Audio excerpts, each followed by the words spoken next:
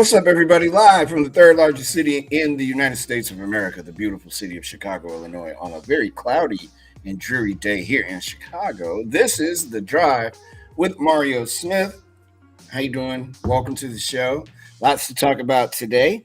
We will try to get to all of it. Some of it we won't. Some of it we will. Um, just got through talking to Hal. Hal did something real weird with his face and a red Sharpie, but we'll talk about that later. Joining me from Portland, Oregon is my man Gliss. What's up, Gliss? Not much. Did you see what he did with that Sharpie? Yeah. I really enjoy Hal. Man, more than you know. That dude is all good with me. Yeah, in fact, I think I've said it before. I often will, as I'm kind of getting myself situated and moved out to the garage, bringing any food or drinks I want to bring out there, I typically about, 12:30 my time, so like 30 minutes before we go on the show, I'll typically turn on the Amazon device in our kitchen, just to kind of watch the last half an hour. And yesterday he was doing his Batman thing again. Oh man, I missed it. And he had both me and my 13-year-old cracking up because he was just hilarious. He was making, he was talking about criminals and, if he caught you doing this one time, this is the punishment. And every single one of them included him, beating people up. But it was hilarious. He's a very entertaining guy. We'll have to get Batman in. I know we got to get him on the show. Yeah, get Batman to hang out. Him and Dylan T. Pickles have a thing, and they can hang out together with each other. To go behind the curtain, had a good time today with the Backchannel people. That was fun. Yeah, that was very cool. It was nice to meet some of the people that are making all this stuff possible. Obviously, we're the ones here with everybody every day, but there's a lot of other people doing a lot of work to allow us to do this. So it's pretty cool. I see what Rob was talking about. This looks so clear. I'm looking at my house like, damn, this looks good. This is the first time I'm really noticing it. This screen today is not so bad, but this camera is nice. Look at me. Yeah, looks good. All right. There was something else I wanted to ask you. The fines are just coming down in the NBA today. Besides the one we'll talk about later with Nurkic, Pat Bev and George Hill both got fined for whatever it was they did last night when they touched each other, a little pushy push, a couple of nights ago. And there will never be another NBA fight, and the Malice at the Palace fixed that. These would be like baseball fights. They're all going to run up on each other, look at each other in the face, say something real crazy, and then say, meet me in the back when nobody can see us, because they are never going to fight again. It's over. Yeah. I'm not a huge Patrick Beverley fan. I think he's I give him credit because he's a good defender, but for me, he's a little too much for my taste. I mean, he tends to always go at players that are a lot better than him. He's had incidents with Damian Lillard several times. He's had incidents with Russell Westbrook, Chris Paul. He just seems like an instigator and a guy you want to have on your team. He's one of those guys, and then you hate him if he's not. But sometimes I just think he's a little extra with trying to be a tough guy. He does a bit much. He's from Chicago, from the west side of our great city. And I know dudes who say, not me because I'm too old to play, he'd never get away with that. If he was playing here on a playground somewhere, it would never happen. And I used to play with guys like him, not on the same team, but on other teams, and even sometimes on the same team. And it's always like, man, will you shut up and will you just play? Because you're really good and we need you to be in this game. Shut the hell up. Yeah. So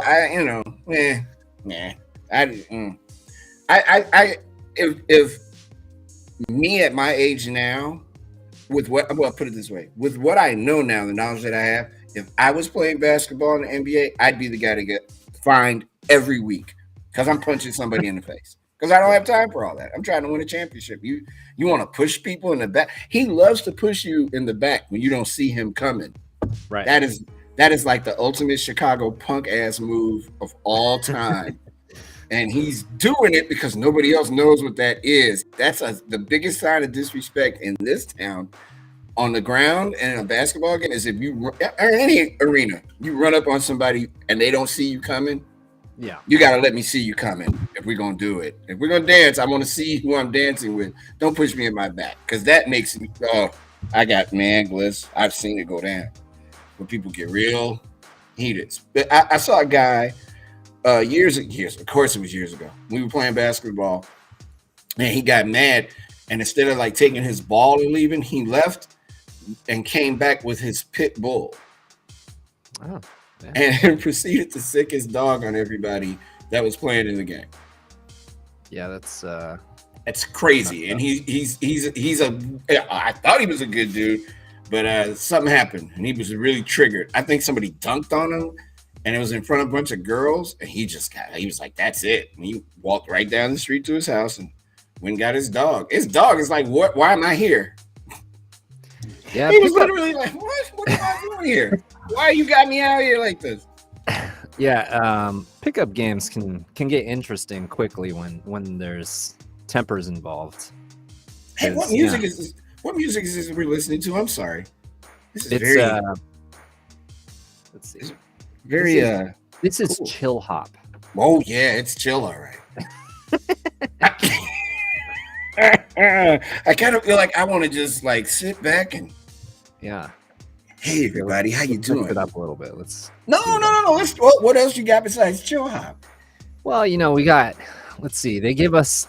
These are all. By the way, these are all built-in options. I mean, we could start to do our own bump music in the background, but I don't know, man. This makes me want to go. Hey everybody, welcome to the drive. Yeah, the thing I like about this is that it's it's built in and it's nice and easy, and you can just switch through them. But there's chill, down tempo, lounge, hip hop, which is not really hip hop, lo-fi, chill hop, ambient, and future pop. That is the best condemnation without being nasty I've heard in a long time. It's not really hip hop. Yep, it's like every time I try it, it's not bad. All of these are on the mellower side, kind of in the background, except for the pop one. The pop one's a little more the upbeat, which I've never used on this show.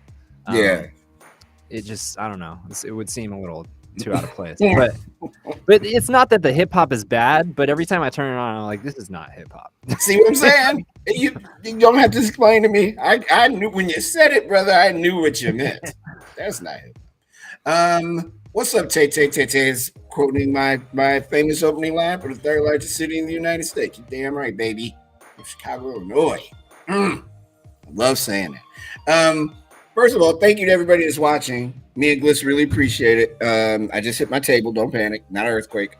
Thank you for watching the show. We really appreciate it. We'd really like for you to leave a review in backchannel.tv to let us know how we're doing, let everybody know how we're doing. Leave it for all the shows. You can leave a review at backchannel.tv. Especially if you get into the chat with us and you're talking about things, we're having this conversation. In that this is an interactive show and we like being able to talk to you and we love when you talk back to us. So there's that. Also, for everybody that is checking us out today, Tay Tay here in Illinois, Eliza in Maine, Milo is in Oregon, Eddie's in Georgia, Jessica's in Texas, Belligerent Falcon is in Kansas, Robbie's in Pennsylvania, Karim is London, and Marty is new to the program. Hey, Marty, welcome aboard. Marty's in Ohio. We appreciate you being here at Back Channel with us today on the drive, and we're going to try to do our best to inform, entertain, and talk some stuff and veer off course and do all the other things that we are wont to do. If you like what you see here, you should join us early in the morning, beginning at 6 a.m. As my man James said today, as Jam said, you're going to spend 12 hours here? Pick your spots. You can start at 6 a.m. Eastern time with Haley and Allison, and then at 8 a.m. it's the amazing Liv Harrison. At 10, it's our friends Jam and Renee with producer Sarah, who's also there too. Sir Anthony Davis is at noon. Your pal Hal, the man, is at 2 p.m. Eastern time, and then it's us, and then we take a nap and we come back at 6 a.m. in the morning. And again, don't forget to leave a review at backchannel.tv. TV. Let's take a look at the headlines that are happening around the world today. I preface this with there may be breaking news regarding Ketanji Jackson's Supreme Court um, nomination. Maybe today, probably tomorrow, but maybe today. And just as an addendum, Lindsey Graham is a bona fide nut, and he just is extra. He is the, you know how you get an onion ring in a bag of fries? That's Lindsey Graham. He's the onion ring in a bag of your French fries. Not that you don't like onion rings, but you didn't want that onion ring to just be so prevalent and present in your French fries. Headlines right now across the United States. A federal judge today convicted an elected official from New Mexico of illegally entering restricted U.S. Capitol grounds, but acquitted him of engaging in disorderly conduct during the riot that disrupted Congress from certifying Joe Biden's presidential election victory. U.S. District Court Judge Trevor McFadden heard 1 day of testimony without a jury on Monday before handing down a verdict in the misdemeanor case against Otero County Commissioner Coy Griffin, a 48-year-old former rodeo rider who helped found a group called Cowboys for Trump. Some people say rodeo, some people say rodeo. We're trying to play to all sides of the United States here. So everybody take it easy. And also, in a headline that you all should know, especially if you own one of these, General Motors is recalling more than 740,000 small SUVs in the U.S. because the headlight beams can be too bright and cause glare for oncoming drivers. The recall announced today comes after U.S. safety regulators turned down a request from the Detroit automaker to avoid the recall. The company is recalling GMC Terrain SUVs from the 2010 through 2017 model years. Documents posted by the National Highway Traffic Safety Administration say reflections caused by the headlight housings can illuminate some areas with too much light. The agency says this can reduce visibility for other drivers, increasing the risk of a crash. And those are the headlines at the top of the hour. Jay Gliss and I will be back in a little bit as we will go around the world, see what's happening in other places, and report back to you. And we'll have a chance to talk to each other, too. We got a poll coming up as well. This is The Drive with Mario Smith here on Backchannel.tv, YouTube, and on your Amazon-supported device. And the way you activate that, when chat comes, you just say whatever the name of your device is from Amazon, bring me in the chat with The Drive, and it'll happen.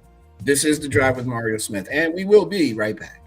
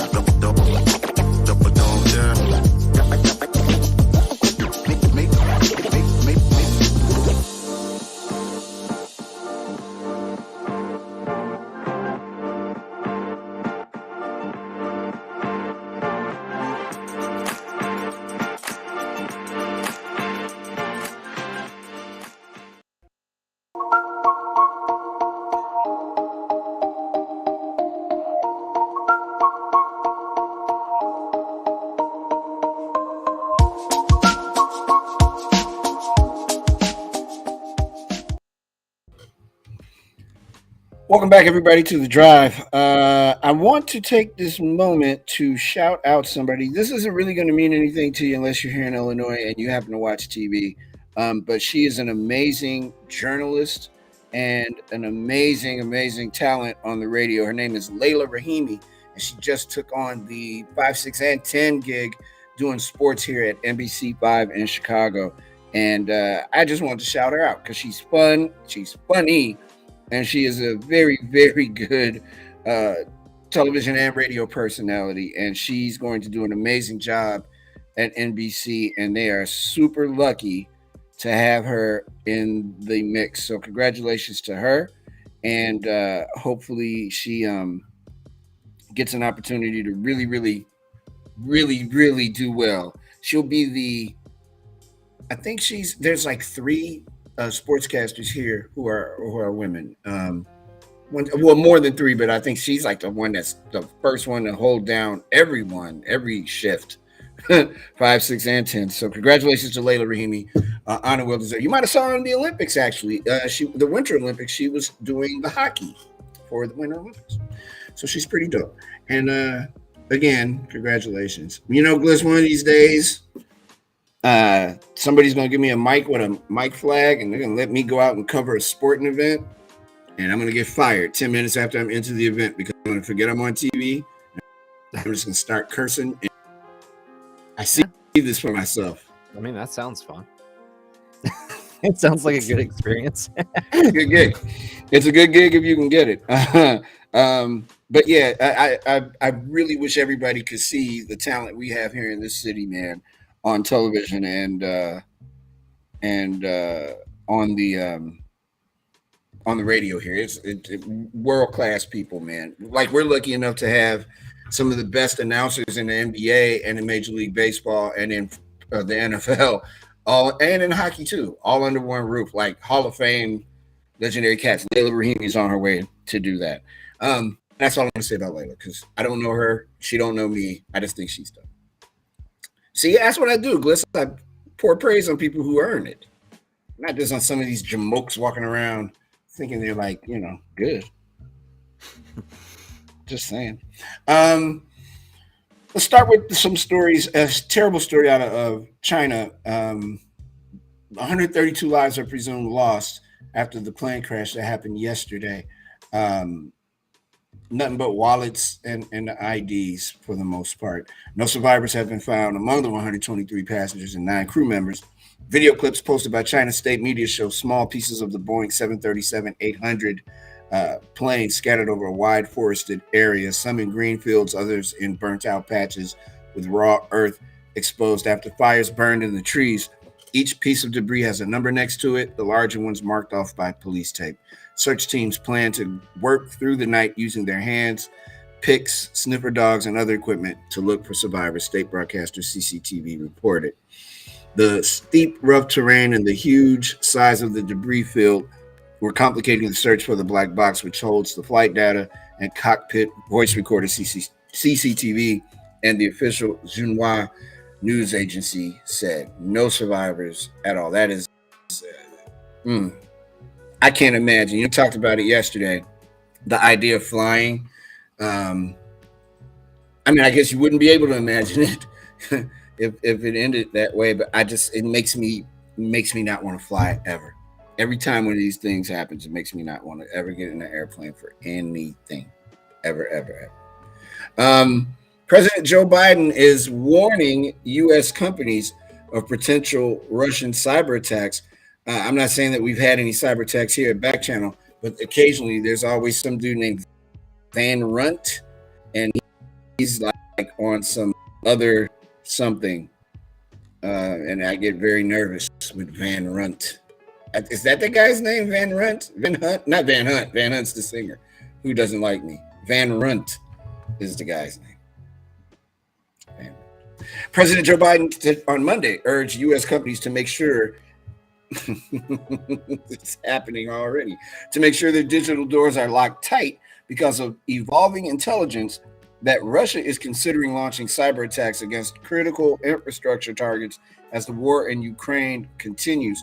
Addressing corporate CEOs at their quarterly meeting, Biden told the business leaders they have a patriotic obligation to harden their systems against such attacks. He said federal assistance is available should they want it, but that the decision is theirs alone. So isn't this when you say, if you're Joe Biden, you're like, yo, look, Amazon, Nike, Apple, all these companies, the television networks, how about the grid, all of it, we hitting Russia hard in their pocket where it hurts the most.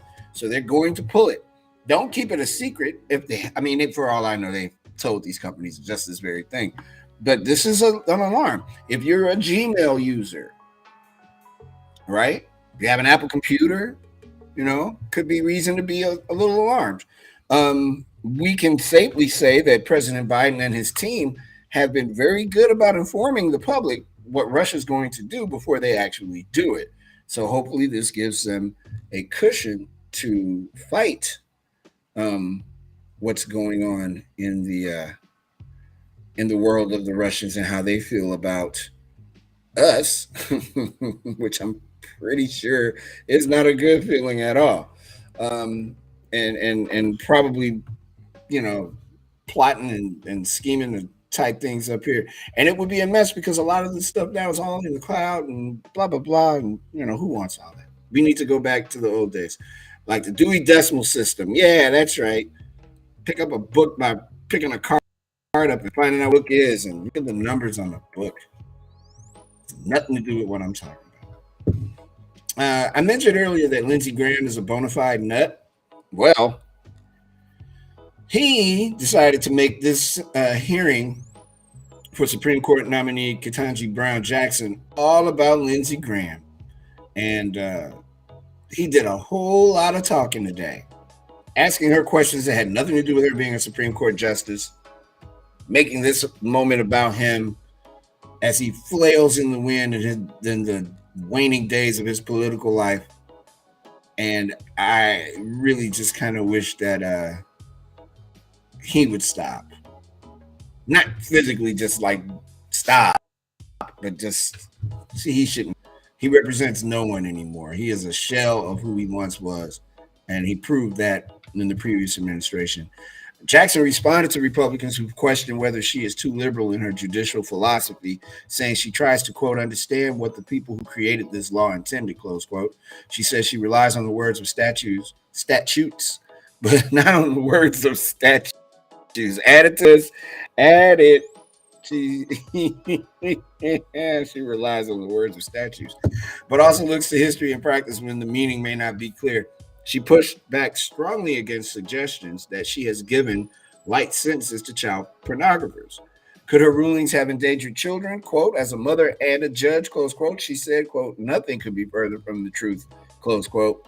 She described looking into the eyes of defendants and emphasizing the lifelong effects on victims. She said, it is, quote, important to me to represent that the children's voices are represented. Why do they give... I understand why they give Supreme Court justices and nominees for that place such a hard time. But why float stuff out there that just does not jive with what that person does and what her track record is? Why is Lindsey Graham talking about everything from Honey Nut Cheerios to whether it's wise to leave a light on at night? I mean, just... she is in line to be a Supreme Court justice for at least the next 30 years of her life. At least. Let's be a little wiser about how we do this. He's such a mess, though. Just an old, scraggly man. Just, again, flailing. What's up, Mild Dairy Lifesavers? That sounds... ooh, my stomach hurt. How does that work? Nice to meet you. Welcome to the show. Griffin and Julia and Robin are here. Robin's in California. Robin is new to the stream. Welcome, Robin. It's good to see you. Thank you so much. Thank you so much. So I have a poll question for you regarding the Supreme Court. Do you think that justices should be elected by the people and not by Congress? Yes, if you think they should be elected by the people, and no, if you think they should be elected by Congress. You can join us on backchannel.tv, where you're at now, and you can get into the chat. And while you're there, leave a review of the show. You can also leave a message on YouTube and with your Amazon supported device, as I point like this one over here, and you say, hey, take me to the drive with Mario Smith, and it'll do it. And then you can be in the chat and leave your answer there. Bliss, what do you think, man? Should we allow the people to decide who the person is, or should we keep letting Congress do it? I mean, that's an interesting question. I hadn't honestly thought about it before. I Before you got just thought back. about it. Hey man, come on Yeah, now. I just thought about it while I was talking. and only because it's like such a. I guess it's like, in particular with the president that nominates a Supreme Court justice, it's such a big part of kind of their legacy and what they leave behind. And so I just had never thought of it, because it's just like that's what the president does, and then they go Right. through the confirmation process and all that stuff. But it is kind of an interesting thing to think about, if the people actually had a say in who's on the court, because as you said, unlike a lot of other political positions, which obviously, other than the president that is actually nominating, it's not supposed to be a political position. But unlike a lot of those politicians, they don't they have to go up for re-election several times.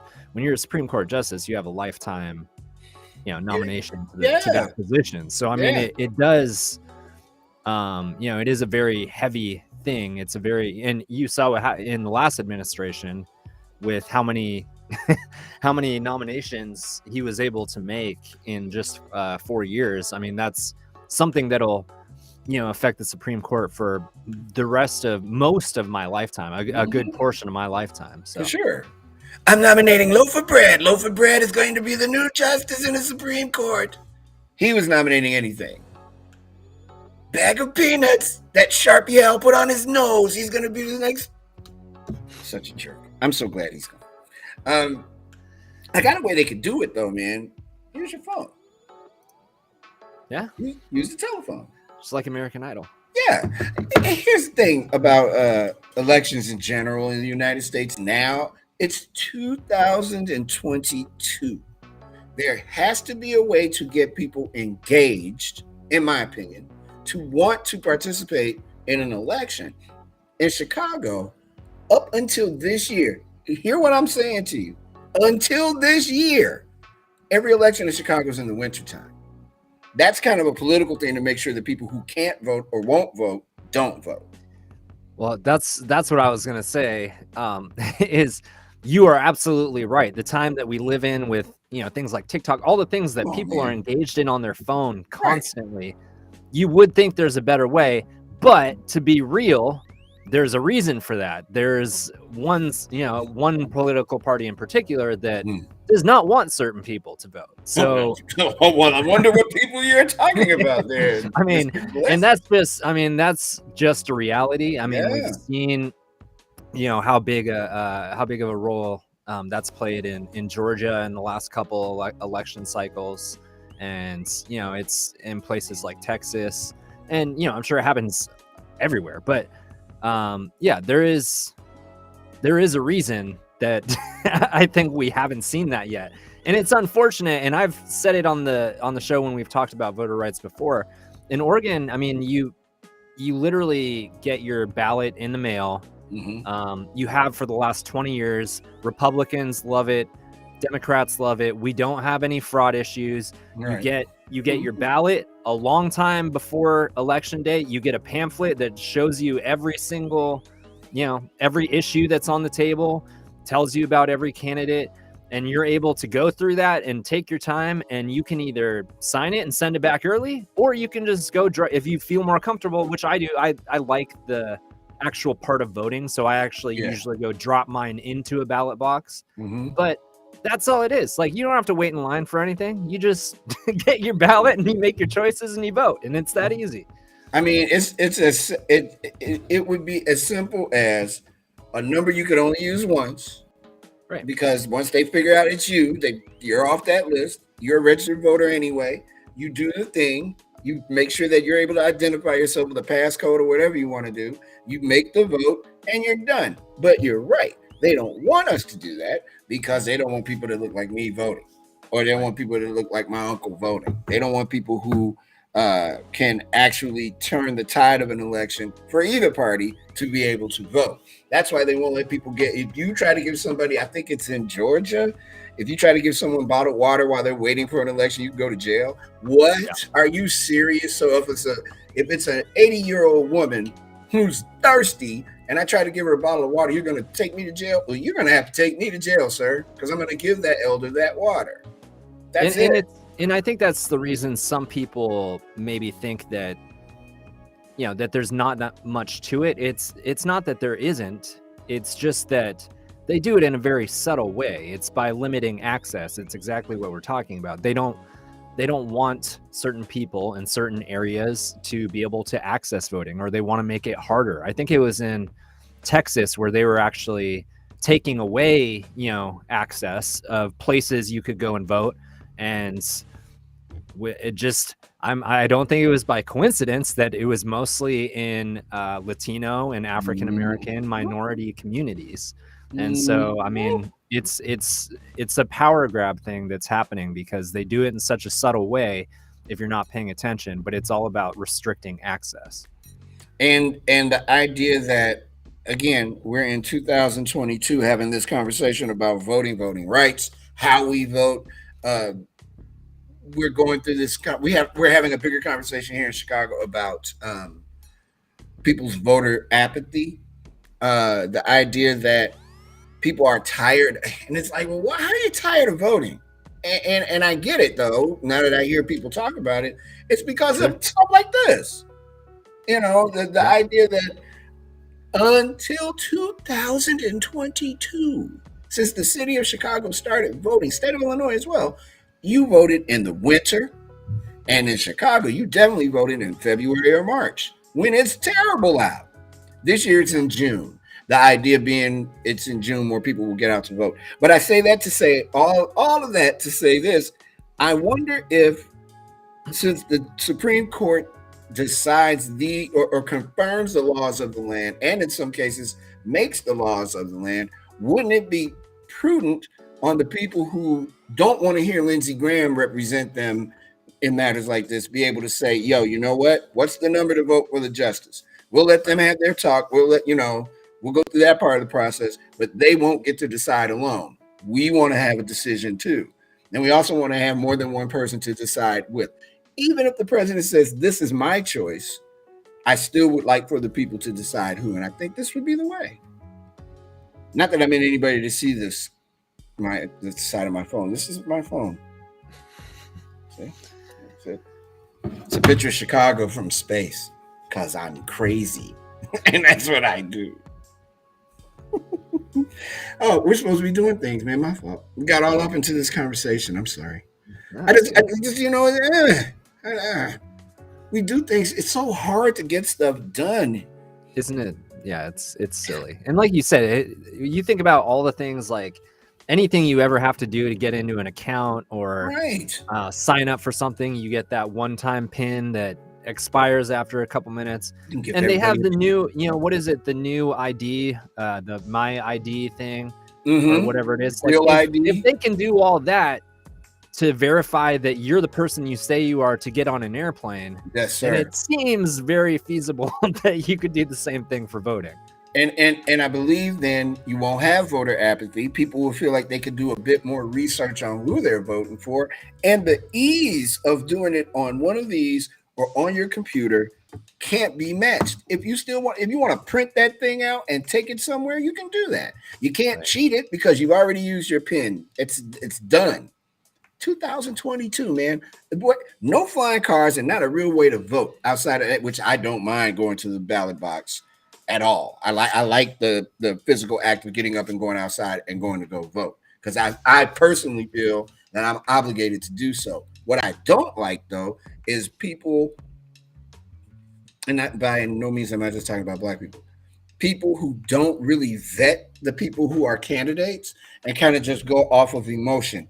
Case in point, here in Chicago with Mayor Lori Lightfoot, she's a lesbian woman, black, second, she would have been, or she is, the second woman mayor in the city of Chicago's history. And all those things are nice, but she's also a prosecutor on behalf of the police department. She's also ruled with an iron fist, and many will call her a bully. And I think had she been vetted out a little bit more, people would have been like, I don't think she can run a city. I think she may be a decent lawyer, and that's also questionable. but I don't think she's the person to run the third largest city in the damn United States. And people went out and voted overwhelmingly for her, not close by any measure. And now what's happening? Everybody hates her. Everybody in the city wants to get rid of her. That's because we don't really vote from a position of empowerment. We vote with our hearts. I like the way that lady looks. I like the way that gentleman looks. That's a nice suit. I mean, this goes back to the Nixon Kennedy debates when Nixon was on TV sweating. JFK is like, yeah, I got this. Don't worry about it. So I mean, you know, we can make things so much easier for ourselves as a country if we just started, in my opinion, because this has nothing to do with anyone else. If we just started thinking outside of the box a little bit and being a little bit more proactive when we vote. Because I heard Killer Mike, who I think is brilliant, say something that made a lot of sense. And it's a 10-point agenda. This is particularly for Black and Latinos, but it applies. If you as a candidate or somebody I'm thinking about voting for, and you don't fit any of the tenets of this 10-point agenda, I cannot give you my vote. We don't put value on the vote. And I think if we did, and we realized just how valuable that damn vote is, we would not be having half of the problems as a country that we have. I'm getting off my soapbox. I'm off. I'm done talking about it. That's it, Bliss. That's how I feel. I could be wrong. Thanks everybody for being a passenger on the drive this afternoon, and thank you to Bay. Bay is here, and everyone else. Thank you, appreciate it. And think about that, man. When you're talking to your friends and stuff, excuse me, and the subject of elections come up, ask them how they really feel about their vote and how much value they place on being able to do that act, to be able to decide someone that's going to decide for you everything, from where the street lights are in your neighborhood, to where the stop signs are, to how your mail is gotten, to everything. I said gotten, received is what I meant. Everything. Where your school, how much money your school gets. That's like with the census. We don't even put much value into that. They're too busy trying to give people cans of soda pop and candy so that they'll fill out the stupid census. There's got to be a better way to do that. Simple examination of things, and we can do it. My last little story here, it's not little by any means, is the children's edition of the Book of Joy, a picture book edition of the bestseller co-authored by the Dalai Lama and Archbishop Tutu, will be published. Random House Children's Books announced today that the Little Book of Joy will come out. Hey, now hold on. There you go. We'll announce that the Little Book of Joy will come out on September 27th, with Douglas Abrams collaborating on the text and illustrations provided by artist Rafael Lopez. In 2016, Archbishop Tutu and the Dalai Lama worked together on the Book of Joy, Lasting Happiness in a Changing World, which has sold more than 1 million copies and has been translated into more than 40 languages. Tutu, unfortunately, passed away last year at the age of 91. Quote, "We are thrilled and honored that His Holiness the Dalai Lama and Archbishop Desmond Tutu created this book with us that brings their important message of joy directly to children." Mallory Lohr, Executive Vice President and publisher of the Book of Joy, Lasting Happiness in a Changing World, said in a statement. And here's the rest of her quote: "Particularly in light of the Archbishop's passing, we are lucky to have this uplifting book that we can inspire future generations of children to look at the world through his unique lens of wonder, generosity, and celebration," Lohr said. So that book will be coming out in September. And if you haven't read the Book of Joy, it's an interesting book. It's a really good book. And Desmond Tutu and the Dalai Lama, they did that work. And that book it's pretty good, at least. Let's take a break. When we come back, we'll have my man Tete's favorite part of the show. The community report is coming. Yes, we've got some things to talk about, including a flying Tesla. That's all coming up next on The Drive. We'll be back right after these words.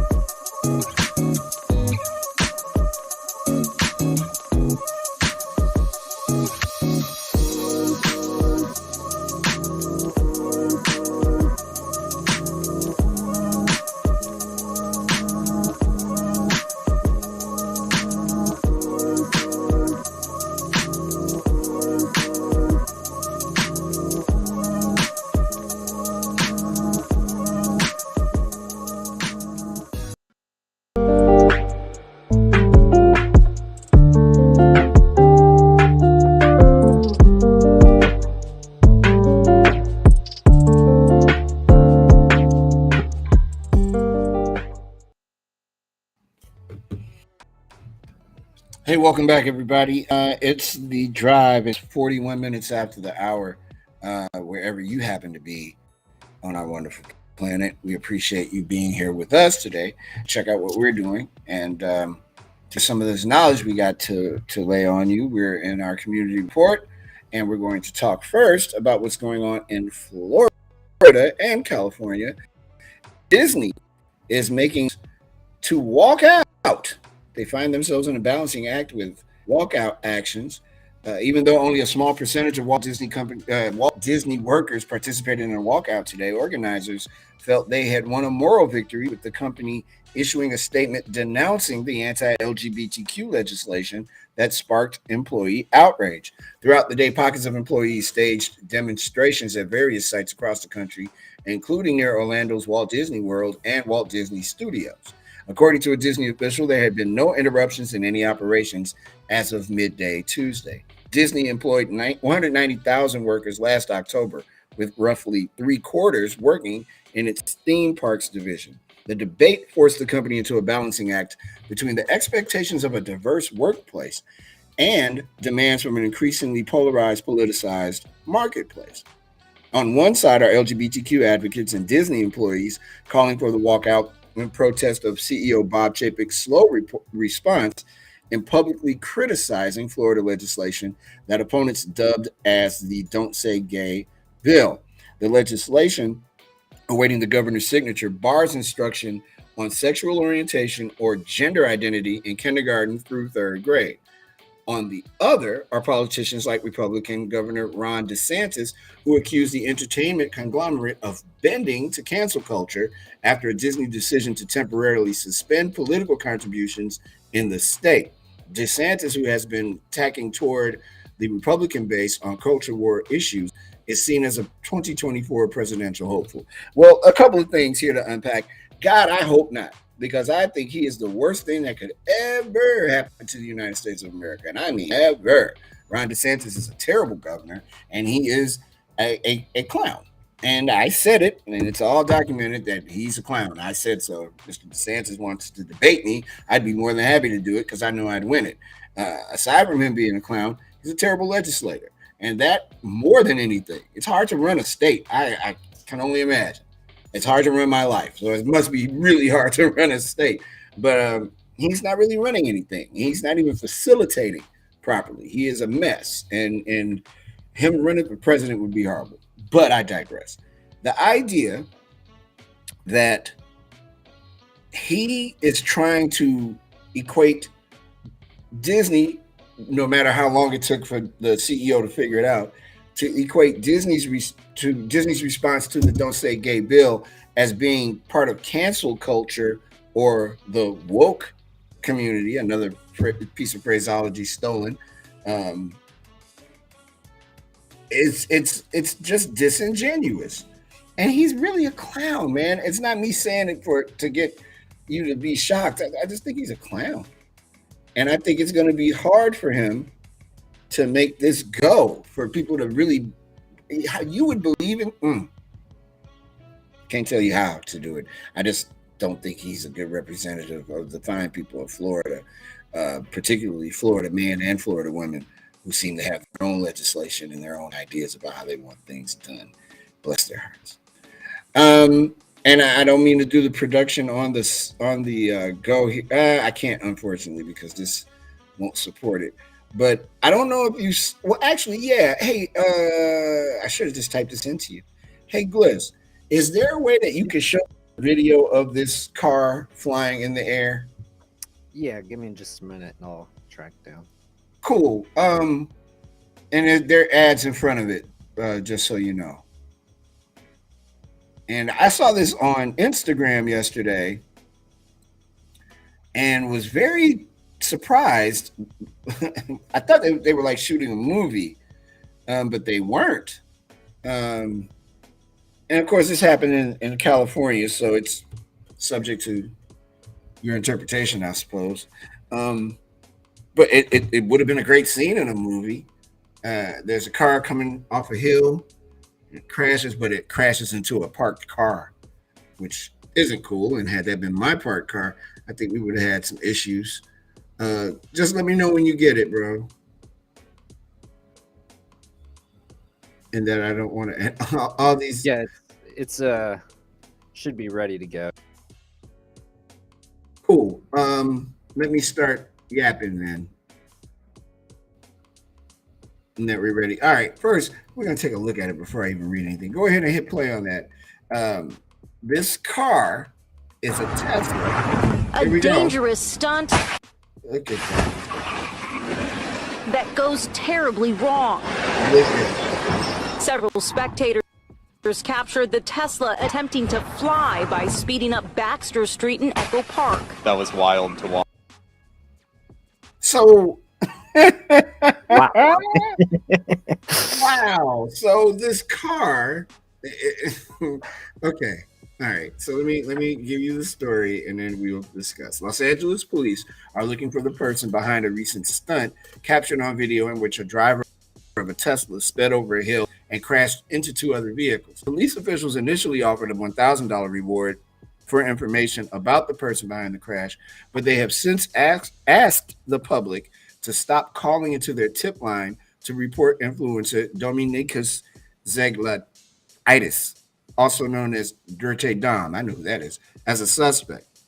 We have received over 50 tips and anticipate more due to the story going viral, officials said in a tweet from the at LAPD account. Over 90% of the tips are of the same person who has a TikTok handle of at Dominiacus or Dirte Dom on Twitter. He is considered a person of interest based on the public postings on his account.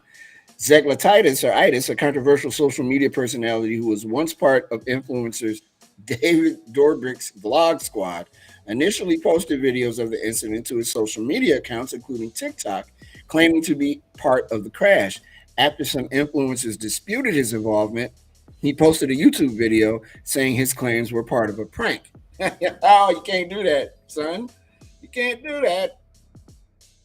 Zeglaitis, a controversial social media personality who was, he did not immediately respond to a request for comment. Police said they have reached out to him on social media. Okay, I just crashed my new Tesla, he wrote in a text that appeared over video of him behind the wheel before a shot of the car flying through the air. The video has been removed from TikTok. Before it was removed, it had amassed more than 11 million views. A spokesperson for TikTok directed NBC News to the platform's community guidelines against dangerous acts and challenges, which state that the platform does not permit users to share content depicting, promoting, normalizing, or glorifying dangerous acts that may lead to serious injury or death. Bliss, you saw that car flying through the air with the greatest of ease. Whoever did it is, one, pretty stupid, and two, tell me about Echo Park, because I don't know the makeup of Echo Park. Is it a lot of like skateboarders and stuff in Echo Park? I'm not too familiar with it myself, but it doesn't. I mean, the thing I will say is just like you said, how stupid and reckless to be doing something like that. And we had this video go after I stopped sharing it. It looks like it's the individual that they end up interviewing is the owner of one of the cars that was hit as the Tesla went down the hill. But I mean, you watch that video and it's like, it looks like it's about 6 inches from just toppling over the front. It looks like it's lucky that it didn't actually cause more of a mess, because that was insane. I don't know why you would want to do something that's stupid. That was, I guess, for attention. I don't know. I don't get it. People. That was pretty stupid. I mean, but that was just not. There's nothing about that that's smart. Number one, it's already hard enough to get a damn Tesla, and then two, you just decide, well, since I've got so much money, I'm just going to ruin this Tesla and get myself a new one.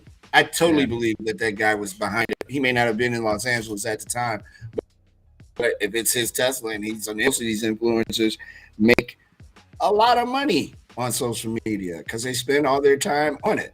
So I wouldn't be surprised if this character did it. I know when I saw it yesterday, I was like, wow, somebody was running from the cops, maybe? No.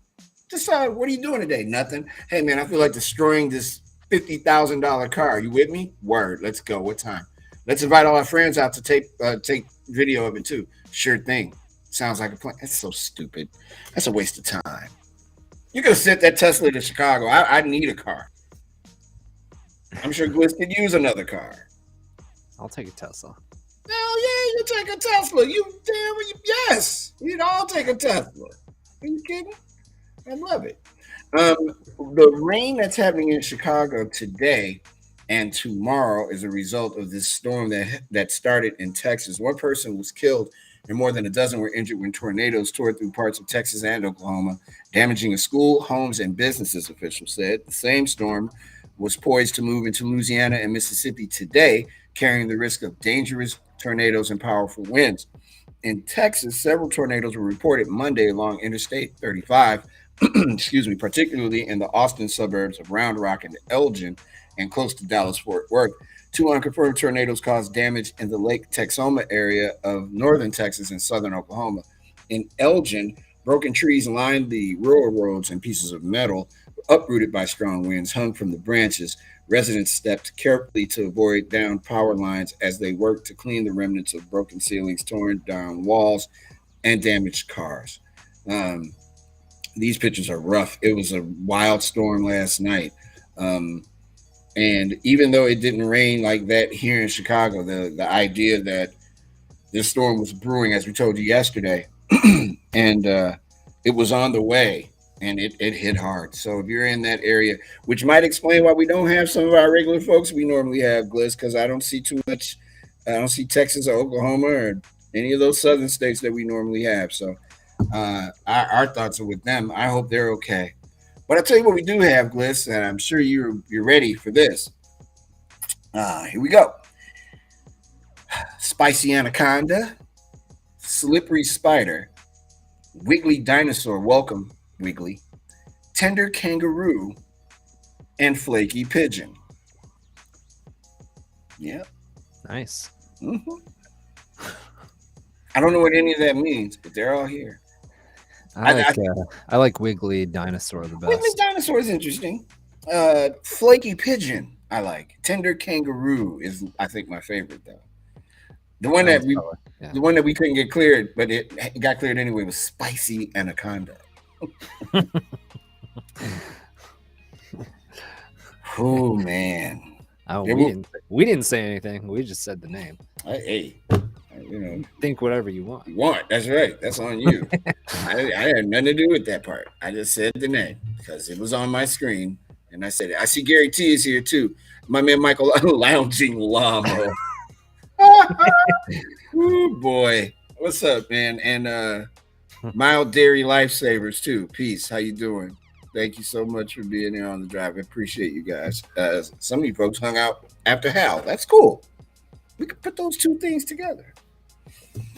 I cannot get over how clear this screen looks. I shouldn't be. It's really clear. So dumb. I'm sorry. The car thing just got me took me out my game there. What would make you do that? Then you're crashing into other people's cars. Now, who's going to pay for that? Combination of stupidity and money and too much time. And meth, maybe some heroin, coke, a bunch of beers. I did look it up. Apparently, that's kind of due to urban redevelopment. It's kind of a hipstery area. I don't know what made me think it was. I had a feeling it was hipstery. I could tell by that guy's blue in his hair. Yeah. And the guy whose car got wrecked. Like, I didn't move here for this. I moved here for craft beers and original music. Yeah, well, guess what? Welcome to Echo Park, player. Yeah, that guy looks like every 25-year-old in Portland. And every 30-something-year-old in Chicago. Every one of them. Hipsters. God bless them. I guess I used to be a hipster. No, never. Never was a hipster. All right. You know what, America? Once again, you've done it. I am stunned and speechless, and I don't get it. But thanks so much for being a passenger on the drive today, and I truly appreciate you. My man Lounging Llama and I have a podcast that we do called. I almost forgot the name. It's called Who You Got, and it's available on Thursdays on Podbean. So make sure you check us out. It's music related, and it's very entertaining to say the least. To say the least. What day is it? Tuesday, right? Yeah, it's Tuesday. Just Yeah, checking. it's Tuesday. Thank you, because boy, for a second there, whew, I almost forgot what day of the week it was. Echo Park, huh? Well to do. Mm-hmm. I wonder who used to live in Echo Park. I bet I know who did. Got that one too. You can't fool me. You can try, but you can't, because I know how this works. And all these dudes are probably like, man, it's such a super neighborhood. Yeah, let's just, we're going to go and we're going to do things. We're going to be great. We're going to have craft beers and we're going to drink coffee shop. Oh, yeah, man. Coffee scones. We're going to drink wine. We're going to all those things, man, like Californians. And then what happens? Some fool in a Tesla is flying down your block in the middle of the night with a bunch of other fools around like, oh, that's so right. Look. No, that's just dumb. My California accent, though, is solid. Thank you very much. Hipster. Say, we're gonna take the 305 off of Ventura and go to Echo Park, man. Yeah, it's just dumb. Okay, man, I'm coming to straighten out the West Coast. When I get on my trip, I'm making a stop to Echo Park. I'm gonna have a megaphone, and I'm gonna be like, "Attention, citizens of Echo Park! If you didn't live here before 2000, move out tonight. It's over." All right, I'm sorry, Liz. Commercial time. Let's take a break. When we come back, we'll give you the second hour. Oh, wow. It's all right. All right. Hour 2 of the show. I am not a comedian, sir. Hour 2, Mr. Llama. That was funny. Hour 2 of the show. Hey, man, we're going to have hour 2 of the show. Hour 2 of the show is coming up, and we appreciate you all for being passengers on the drive today. I made everybody at Backchannel and Volley ready to fight. We'll be back after these words. You're watching The Drive with Mario Smith on Backchannel.tv, YouTube, and on your Amazon-supported devices. And we will be back right after these words.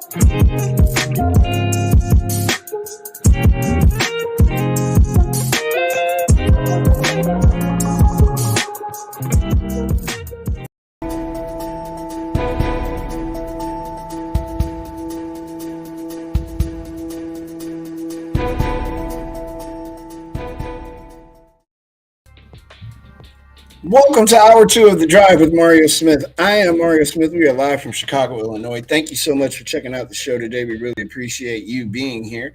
We hope that you're having a good Tuesday afternoon. As I was just informed a moment ago, that it's indeed Tuesday. And I'm not just saying that. I actually can confirm it now.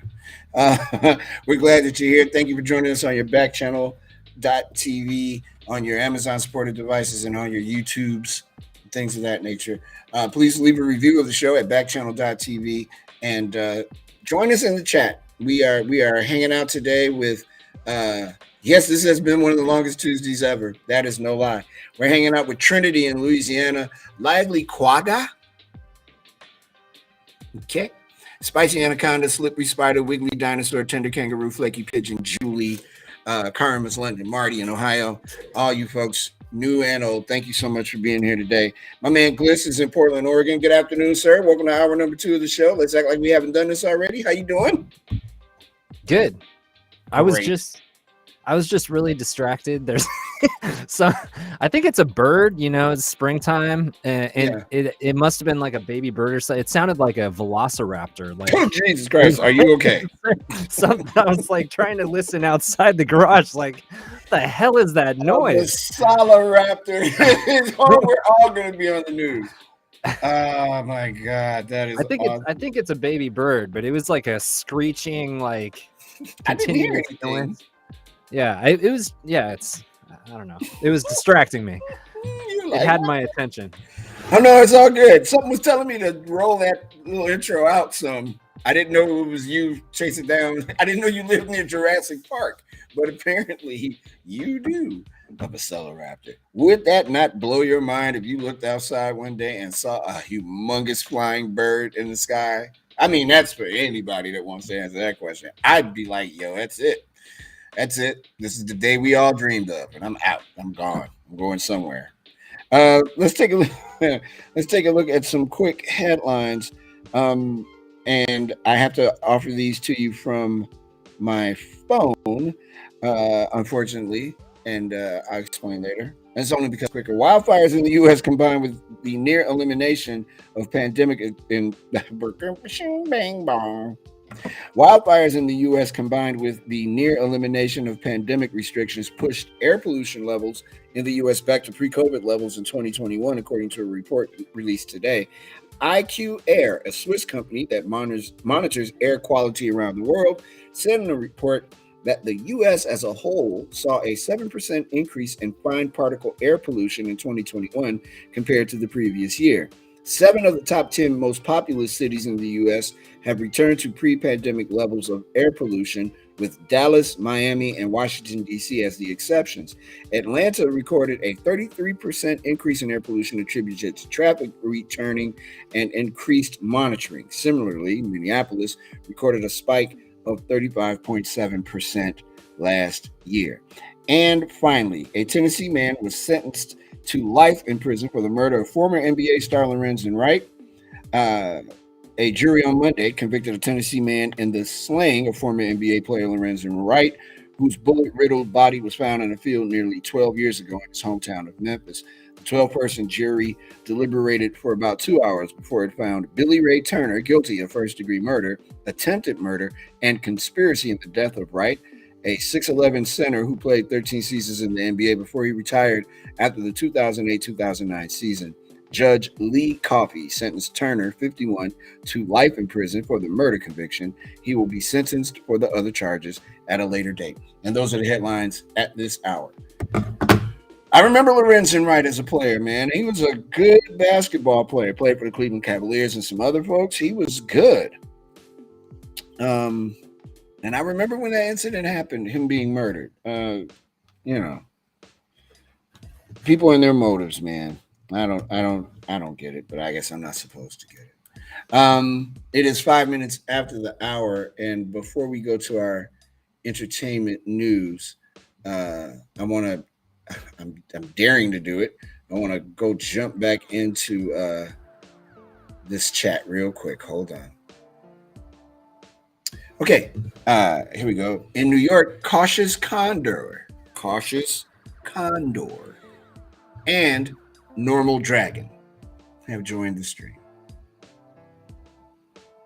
One day we'll figure out what all those names mean, particularly lively quagga, because I want to know what that means. Quagga. Yeah. Okay. Clearly, I need to be a little bit more enhanced to get it. I'm staring at them and I don't get it. When we come back, we'll have the entertainment report, and then we'll play ball later on in this hour too. It's The Drive with Mario Smith here on Backchannel.tv. We'll be back right after these words.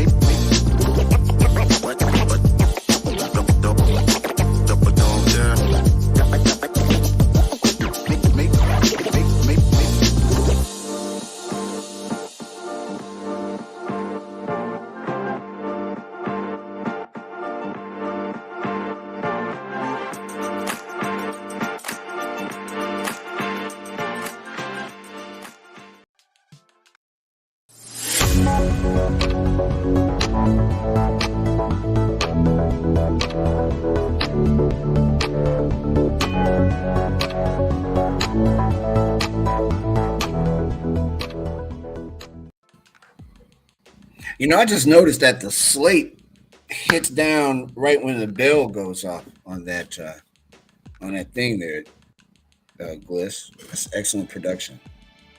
Best producer in the business. I'm good. There is, there's a little bit of timing. Oh no, man. Yeah, that's pretty clever. I feel so good that along with the other great producers here at Backchannel that I got you, brother. We running this right now. This is our time. These 2 hours right. belong to us. That's right. That's right. I have two stories that I'm sure we're going to get to, and again, because I tend to run my mouth, we may not get to both of them or to the rest of them, but we'll definitely get to this one first. And this may be a trigger for me, and I'll explain why in a bit. There's a copy of Marvel Comics #1 that fetched $2.4 million. Known as the Marvel Comics #1 pay copy, it's, quote, arguably one of the top 3 comic books in the world of comics collecting, said Vincent Zerzolo, chief operating officer of Comic Connect. The New York-based auctioneer sold the book Thursday night for a bit under $2,427,800. The buyer's name has not been disclosed. He is, quote, an extremely passionate comic book collector and investor who also collects other items, Zerzolo said.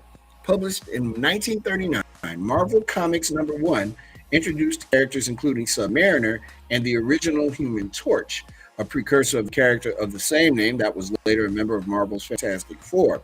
The book launched what became the Marvel Universe of comics, movies, TV shows, and video games. The very well-preserved pay copy is especially sought after because it bears the publisher's handwritten notes recording how much the multiple writers and artists were paid. For example, Frank R. Paul earned $25 for drawing the cover of a book now worth nearly 100,000 times as much. It's an incredibly important look into the world and behind the scenes of the creation of a comics powerhouse, Zerzolo said. The Marvel Universe would eventually include such characters as Spider-Man, the Fantastic Four, X-Men, the Avengers, Iron Man, Daredevil, and the Hulk, often known on screen as the Incredible Hulk. I love how people have to explain comic book. We know, Joe, we know. Without this comic book being made, who knows? Maybe none of that happens, Zerzolo said. Maybe the name Marvel Comics resonated so much with people in some way that's what helped to birth all these other things. And here's why I said it might be a trigger. When I was younger, my cousin, gave me all of his comic books from when he was a little kid. And they were 12-cent comic books. And in a fit of rage, one day when I came home, my sister's husband threw them all away. I have estimated that at those comic books, some of them were in really, really, really pristine condition, could have fetched me enough money to pay for my college. And the person who threw them away is now deceased too, so I can't be mad at him, I guess. But when I see that, I just go, wow, it wasn't in the cards for me to keep those comic books. And he also threw away my dad's World War II books too, I think. I shouldn't have talked about that comic book. I knew it. It's a dumb idea when I started. Daddy Yankee. Who remembers Daddy Yankee? Gliz, you remember Daddy Yankee? Yeah, for sure. All right. It took me a minute to figure out who it was until I saw that he's the Despacito man. So Daddy Yankee surprised it. Oh boy, I hope I didn't make any Daddy Yankee fans angry, because that is not what I'm on. Daddy Yankee surprised his fans by announcing his imminent retirement from music with an album and a farewell tour more than 3 decades after starting a career that put reggaeton on the world map with hits including Gasolina, Somos de Calle, Con Calma, and of course the aforementioned Despacito. His success has made him one of the biggest idols in Latin music and a winner of 6 Latin Grammys. And he said, this career, which has been a marathon, at last I see the finish line. He's 45 years old. Wow. The 45-year-old Puerto Rican star said in Spanish in a video posted Sunday night on his website, "This genre, people tell me that I made it global, but it was you who gave me the key to open the doors to make this genre the biggest in the world. Today, I formally announced my retirement from music by giving you my best production and my best concert tour," added Yankee, who in 1995 released his first album, No Mercy, and reached international stardom a few years later with the iconic Barrio Fino.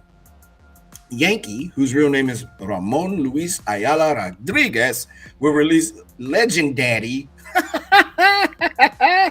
That is clever. On Thursday night, which he defined as a collector's item that will include all the styles that have defined him. Legendary is struggle, party, war, romance, he said of the album, his first in a decade since 2012's Prestige. In the summer, he will launch La Última Vuelta, which means the last lap or the last round, a 41-day tour kicking off August 10th in Portland, Oregon. Gliss, you have an assignment. You got to go see Daddy Yankee. Are you ready? Yeah, sure. Why not? All right. Tickets go on sale. Hey, man, look. Tickets go on sale Friday. We can just expense that. He there we concluded. Go. Yeah. Hey, now we're talking. I got to see where it's at because that matters. It sure does. He concluded by expressing his gratitude to his fans, his colleagues, producers, broadcast media, and press, and especially you who have been with me from the underground, from the roots, beginning of it. You go to daddyyankee.com if you need to feel nostalgic. That's a Moda Center, so that must be like a whole arena tour. Oh yeah. Oh man, I mean, this is Daddy Yankee. This is it. Hey, Honest Crocodile is here, by the way. If you're wondering how ridiculous this name stuff goes, it's Honest Crocodile turn to pop up. Here's what I've been wanting to talk about all day, and then we're gonna let this go. And I previewed this on Hal earlier. The Price is Right is coming to a town near you.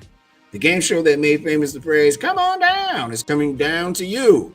The Price is Right is hitting the road, putting the game show wheels and making key stops across the United States for anyone who can't make the trip to the Los Angeles studio. It's Mario, what is going on with your thing here? It's kind of an exciting way for us to take something that's really an important part of CBS's legacy and do something new and fresh with it, said Mike Benson, President and Chief Marketing Officer at CBS. The Come On Down tour, separate from the TV show or live stage shows, will kick off Friday at the Santa Monica Pier and make stops in such cities as Denver, Dallas, New Orleans, and St. Louis, also Nashville. Fans will be able to win prizes by guessing the correct retail price for various items.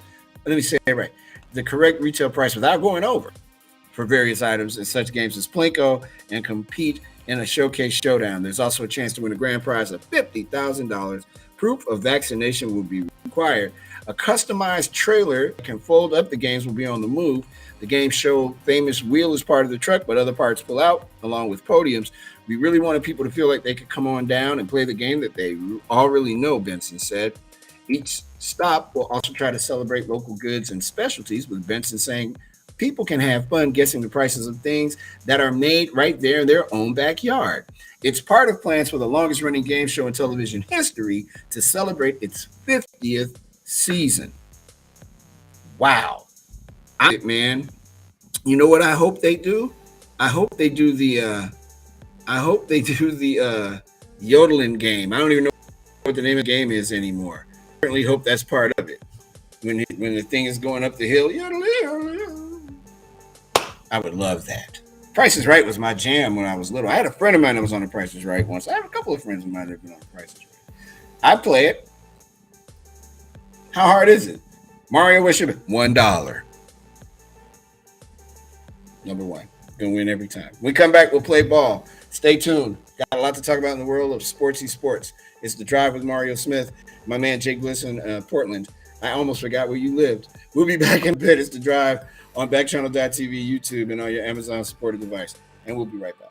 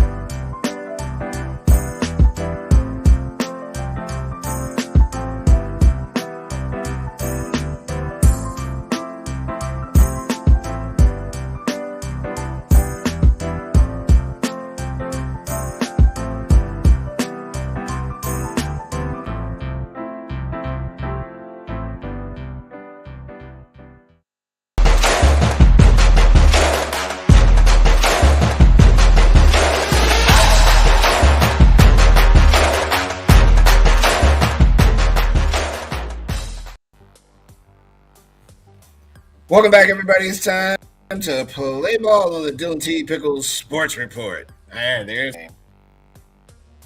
got it. This is a report that was originally in The Athletic, and it's about Urban Meyer. And I don't know if you're familiar with Urban Meyer. He coached at Ohio State, he coached at Florida, and most recently coached at Jacksonville in the NFL.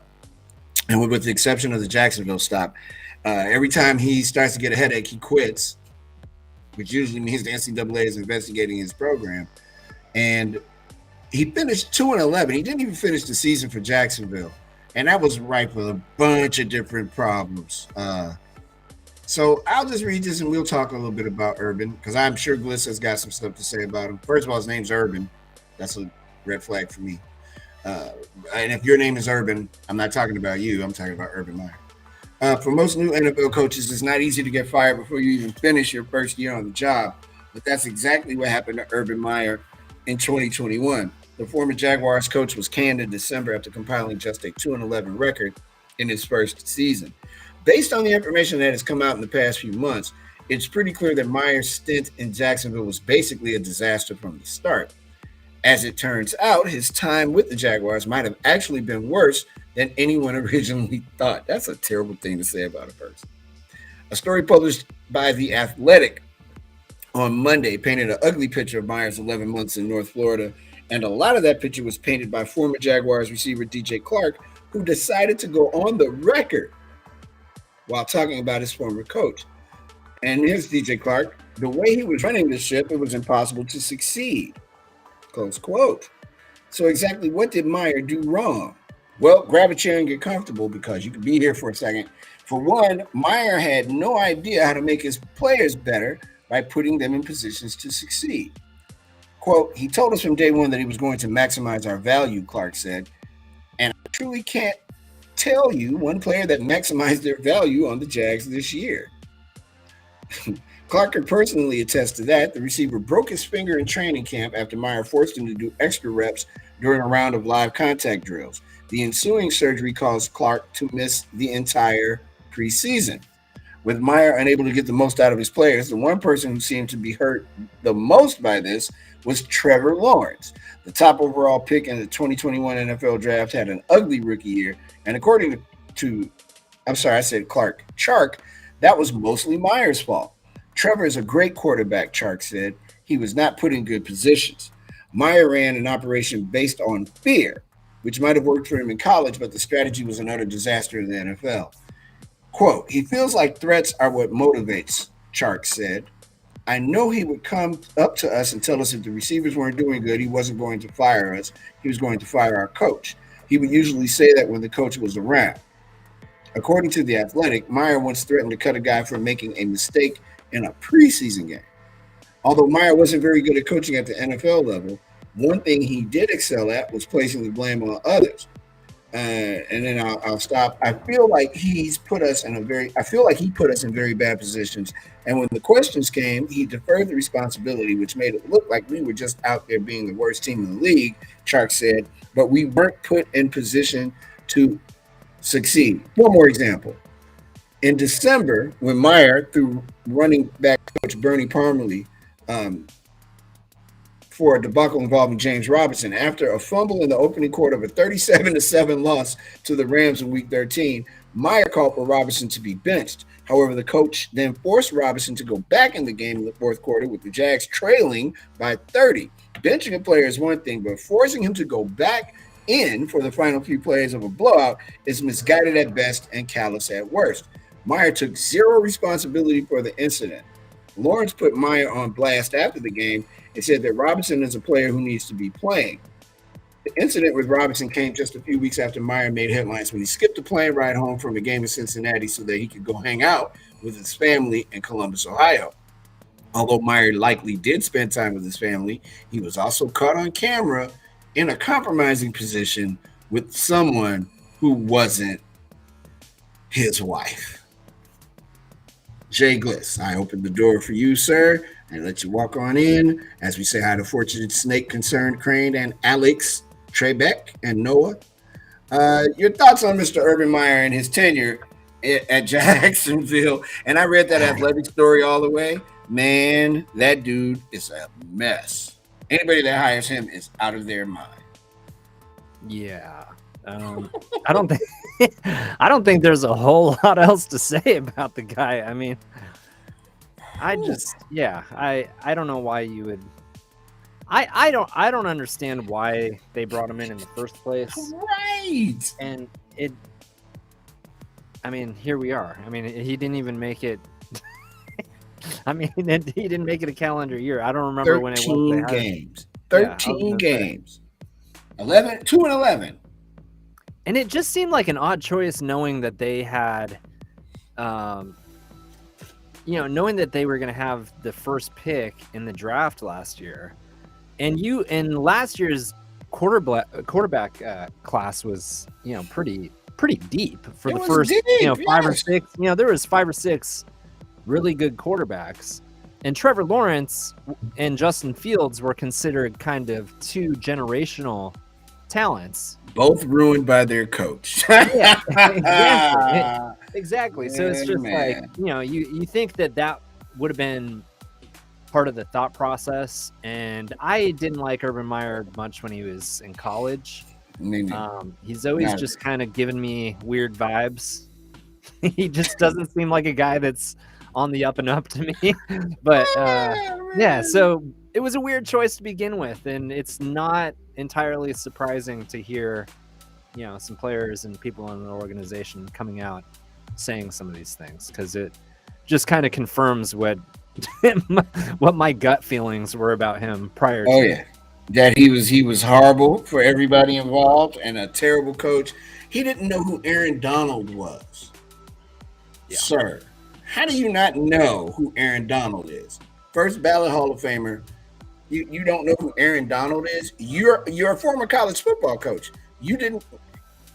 When I heard he didn't know who Aaron Donald was, that's when I was like, yeah, Urban was trying to get out of there. And then it didn't help that he's got a woman sitting on his pelvis in a restaurant in Cincinnati, Ohio.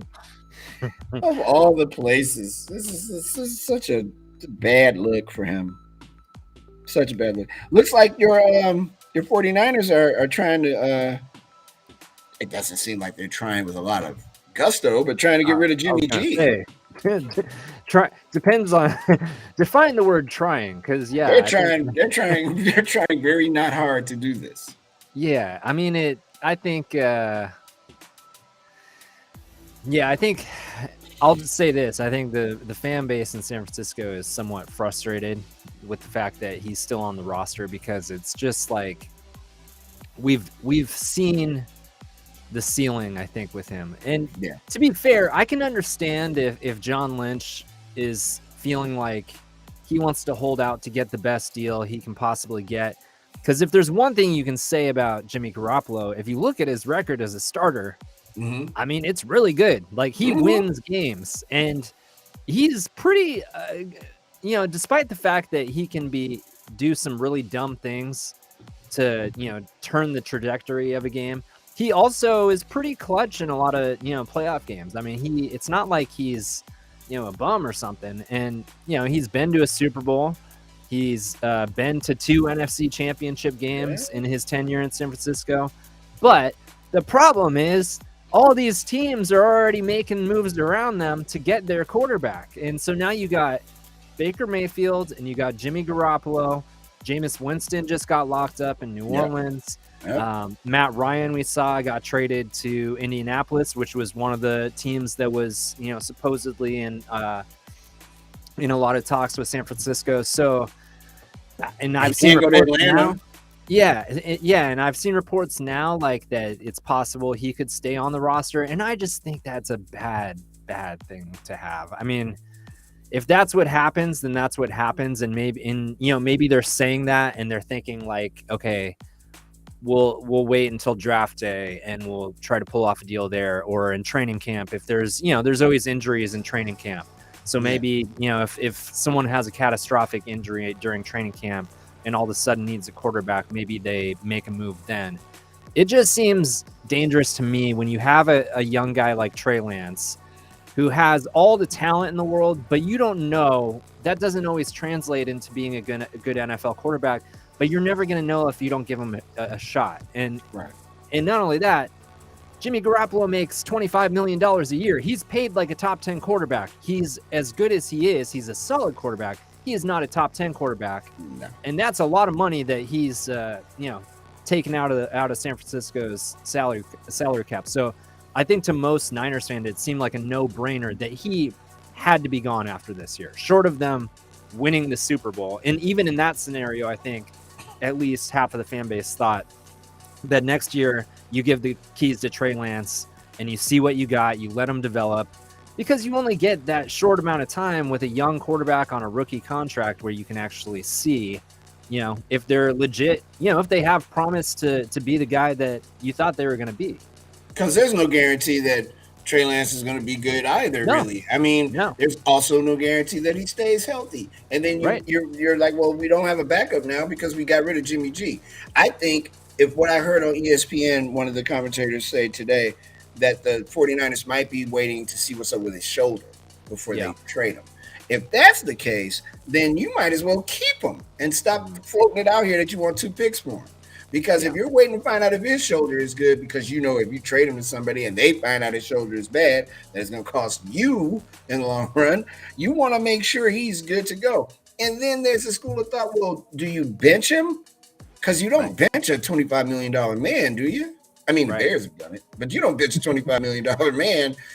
The Bears have definitely done that. On the hope that Trey Lance is going to be good. Who, by the way, just took you to the NFC Championship. It's like, I mean, that's a difficult situation to put both of those guys in. Because on one hand, you have a young guy that needs to get the opportunity to see, what he has. And then on the other hand, you have a guy in Garoppolo who's been here and who's been to a Super Bowl, been a winner. And to say, hey, yeah, we know you're one of the highest paid players on the team, one of the top 10 highest quarterbacks, but you're going to sit on the bench until we figure something better out. That would make me weird. That would make me want to leave the minute my rookie deal was over. I wouldn't want to be in San Francisco for nothing. You couldn't pay me to stay there. Absolutely. If they did that to me, I'd be out.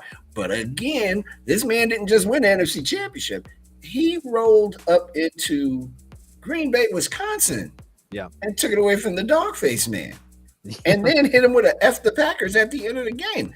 Do you trade him now? If let's say they say his shoulder's fine, I gotta man, that's a terrible position for John Lynch to be in because he has a decision to make.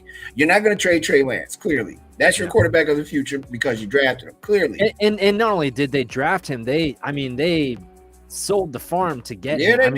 They don't forget they were at 13, I believe. They moved up.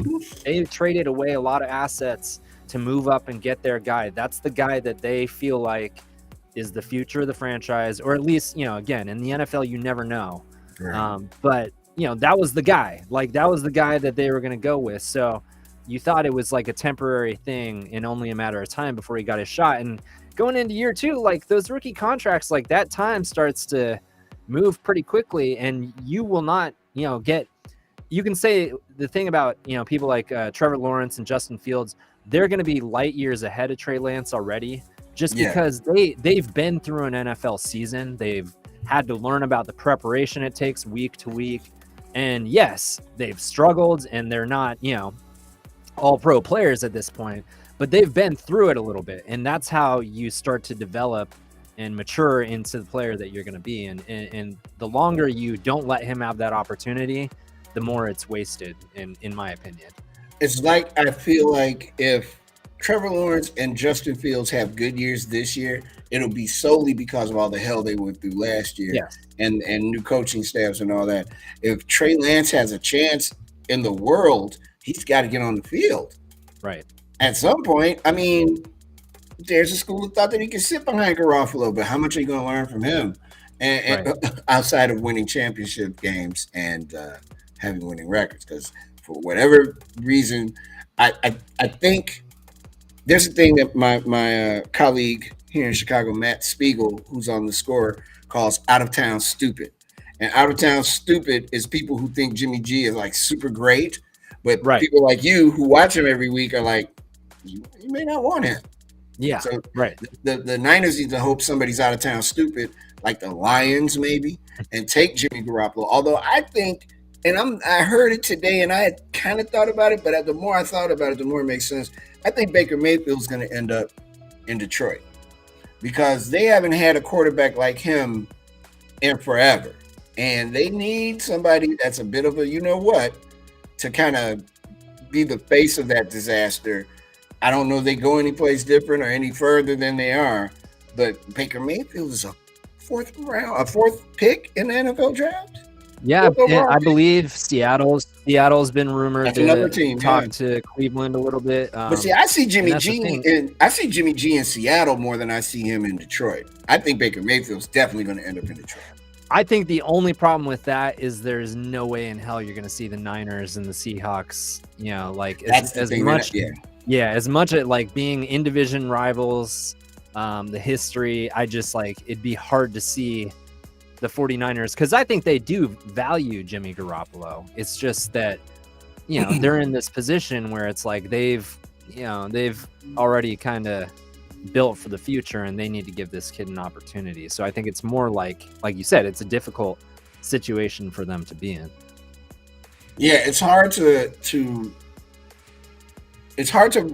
reconcile a move like, first of all, Lynch has put them in a terrible position by picking Trey Lance. It might have been easier for him to get Tom Brady to come there. In fact, Tom Brady wanted to come. I mean, he grew up a 49er fan. He grew up in San Mateo, California, idolizing Joe Montana. From everything I read, after he went to Tampa, I can't remember who it was, but they did an in-depth story that he really wanted to come to San Francisco and finish his career here, where he could be close to his family. His parents still live in the Bay Area. For whatever reason, I think, the Niners were probably thinking a little differently at that time. They had just come off losing the Super Bowl to Kansas City. And so I think at that time they were like, oh, Jimmy's still got a couple years on his contract. Is Tom Brady done? So that ship sailed. And I mean, They moved everything they could to jump up and get a guy that they felt was very talented and have a lot of hope for. But now it's kind of like you're in this position, like, well, you gotta make a decision here. Like, I know what you're about to say. I know what you're about to say. Yeah, they got to either do that or get off of it. Yes, right. Exactly. Yeah, they're gonna have to. If they don't, then shame on them, because then that's me as a 49er fan yelling that John Lynch should be fired if they can't get rid of Jimmy Garoppolo, or if they can't justify getting Trey Lance. Because if Trey Lance is bad, people are going to be screaming for John Lynch to be fired. And I think that's the other part of the argument is that the other reason that you need to give Lance his opportunity is because they moved everything to get this guy. It's John Lynch and Kyle Shanahan. That's them putting their jobs on the line, saying we're going to move up and we're going to go after a guy aggressively, a younger quarterback, when we already have a guy that's taken us to a Super Bowl. So I mean, like, I feel like coach your guy up. Can't you coach Garoppolo up? Yeah, you seem to be fine with Belichick. What's the difference? Yeah, and I think that's like the fan base of the 49ers has been very split. There's like half of the people love Jimmy. And not that I'm on the other side. It's not that I don't like Jimmy. I like him a lot. I think he's a perfect example of a professional, how you would want your quarterback, to be. Like he's, very supportive of his team. He doesn't make a lot of excuses, but at the same time, he's limited in his, as far as his tools go. I mean, there's just certain things that he can't do that a 20-year-old kid that they just drafted can do very, very well. And so I mean, again, you don't know that that's going to work out in the NFL, but for me it's like you gotta trade him. And if it's true that they were offered 2 second-round picks and they passed that up and they aren't able to get rid of him, man, then I'm with the other 49er fans that are like, wait a minute, like Fire. we knew this was cut. We knew this is what had to happen, and we could have got 2 second-round draft picks, and we didn't pull the trigger on that. They're gonna look really silly if they can't figure out a way to trade him, because that's a lot to swallow if you're a 49er fan. Speaking of looking silly, Phil Mickelson, lefty's not playing in the Masters next month at Augusta. It'll be the first time he hasn't played there since 1994. He said all kinds of crazy about the Saudis. He's been golfing for a long time. He said all kinds of crazy about the Saudis and this new league that they're having, this new golf league, which is coming to the United States and playing one of their matches in Illinois. That's what I said. That's interesting. So I would watch it. I mean, I got no dog in the fight. Tiger's not playing, so I'm good. He is saying now, well, he said about the statement he originally made, he said it was reckless. I offended people, and I am deeply sorry for my choice of words. I'm beyond disappointed, but will make every effort to self-reflect and learn from this. He added that he was taking time away from golf to prioritize the ones he loves most and to work on being the man he wants to be. First of all, he's 51 years old. If he hasn't determined the man he wants to be yet, something bad has happened to him. Number 2, he wants to be around the ones he loves the most. As history has taught us, Tom Brady, you don't really want to be around those people that much. So I don't believe either of those things. I think he was told by the PGA that, you know what, that crazy, what you said about the Saudis, you may need to miss all of this year. Just don't participate. Let this blow over and then come back. And when you come back, people will have forgotten, because America has the memory of a gnat, and no one will remember what you did. And it'll be a brand new day. You'll be 52. You'll be closer to playing on the senior tour, but you'll be playing again. By that time, Tiger's back and legs may be good enough for him to be on the tour. You two guys can go out in a blaze of glory together. The end. But this year, you can't. And I think the fact that he made those statements about the Saudis, he's trying to act like Saudi Arabia does not have a world of human rights issues that they have been cited for. And he's like, you know what? I'm going to get all behind this tour, though, because they got that bread, son. I need that money. And it don't work that way. Saudi Arabia and Saudis are a bad word in the United States. Even if they do give us some oil, they still bad words. So no lefty. And then there's one more thing before we disappear. And again, a million apologies that this is from my phone, but that's the way of the world. And I'm doing what I got to do, because this is the show that does what it has to do. That should be our tagline. The Drive with Mario Smith, the show that does what it has to do. Troy Aikman talked about his move to ESPN. In the next life, if I'm fortunate, I want to come back as a former athlete that went to the broadcast booth. These dudes make more money now than they did when they played. The most money Troy Aikman made in his career was $25 million total as a football player. He's making 3 times that amount now. To tell me what I already know about the Chicago Bears, when he's not telling me how it sucks that he has to do this broadcast as opposed to a good one, which I think is the funniest thing in the world. When he goes, we could be somewhere else if we want to be, Joe. Every time. So this deal happened on March 11th. He talked. It's an interview that's in The Athletic. He talks about his friendship with Joe Buck, and how the fact that they had worked together for 20 years at Fox had weighed on his decision on whether he wanted to stay at Fox or definitely go to Monday Night Football. I tell you how you make Monday Night Football better. I don't know if I discussed this with you, Bliss, but there's one way to do it. You put it right back on ABC. You let that thing play where little kids can watch it, where they don't have to worry about cable and all that stuff, and you make the world be able to watch Monday Night Football again, and hope that the NFL works with you to make Monday Night Football a flex situation, so you always have, or almost always have, a good game. Sunday Night Football is still king. Yeah, I was gonna say, you're right, because that's NBC. Sunday Night Football is the thing now. It's not. Yeah. It hasn't been Monday Night Football for a long time. It's all about Sunday Night Football. But of course, as you know, Amazon Prime We'll be presenting football on Thursday nights. Don't worry, folks. You want football? You'll get plenty of it on Amazon Prime. It'll be great. You think they'll fly us to a game, Gliss? I know we should put in a request for that. Can we expense a game? We could be the Backchannel sports department. Sure thing. Me, you, and Hal, and Travis. Yeah, hell yeah. Can you see what's going on? Look, people are leaving as we're talking. Can you see what's going on at Backchannel right now? They're like, why are these dudes trying to expense everything? Why are they talking about? Actually, my press credential in Portland's still valid. I doubt they would let me in because I wouldn't be on the list anymore for the station that I used to work at. Right. But I think it was valid through like 2023 or something like that. So maybe I could sneak in there. Why not? Hey, man, I know you heard some names before in your life.